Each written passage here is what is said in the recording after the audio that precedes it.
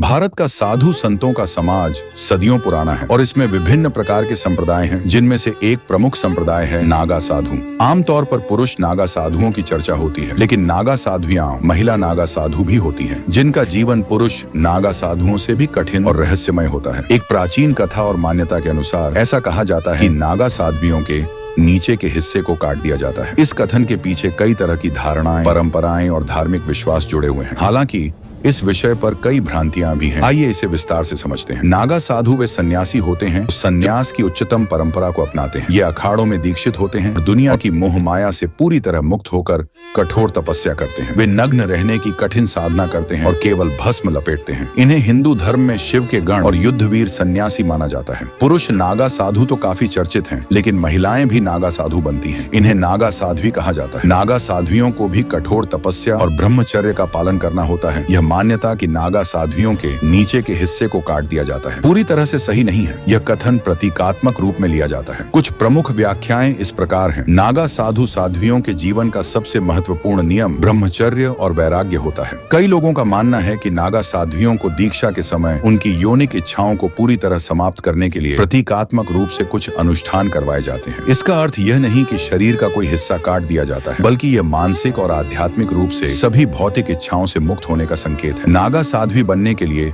उन्हें गृहस्थ जीवन से पूरी तरह अलग होना पड़ता है। यह प्रक्रिया इतनी कठिन होती है कि साध्वी को समाज, परिवार और अपने स्त्रीत्व से भी पूरी तरह मुक्त होना पड़ता है। कुछ स्थानों पर यह धारणा है कि दीक्षा के समय उनकी यौन भावनाओं को समाप्त करने के लिए कठोर तपस्या करवाई जाती है और कुछ मामलों में दवाओं का उपयोग किया जाता है ताकि वे शारीरिक रूप से निष्क्रिय हो जाएं। नागा साध्वियों को दीक्षा के दौरान कई कठिनाइयों से गुजरना पड़ता है। उनका सिर मुंडाया जाता है, उन्हें एक विशेष अनुष्ठान से गुजरना होता है और फिर वे सन्यास के मार्ग पर चल पड़ती हैं। कई बार इस दौरान उन्हें ऐसी जड़ी बूटियां दी जाती हैं जिनसे उनकी मासिक धर्म प्रक्रिया भी रुक सकती है। यह भी एक कारण है कि लोग मानते हैं कि उनके शरीर के किसी हिस्से को काट दिया जाता है। महाकुंभ मेला, जो हर 12 साल में हरिद्वार, प्रयागराज, उज्जैन और नासिक में आयोजित होता है, नागा साधुओं और नागा साध्वियों के लिए सबसे बड़ा आयोजन होता है। इस दौरान ये सन्यासी सार्वजनिक रूप से प्रकट होते हैं और शाही स्नान करते हैं। महाकुंभ के दौरान नागा साध्वियों की एक झलक मिलना बहुत दुर्लभ होता है, क्योंकि वे पुरुष नागा साधुओं की तरह खुले रूप में नहीं रहती। हालांकि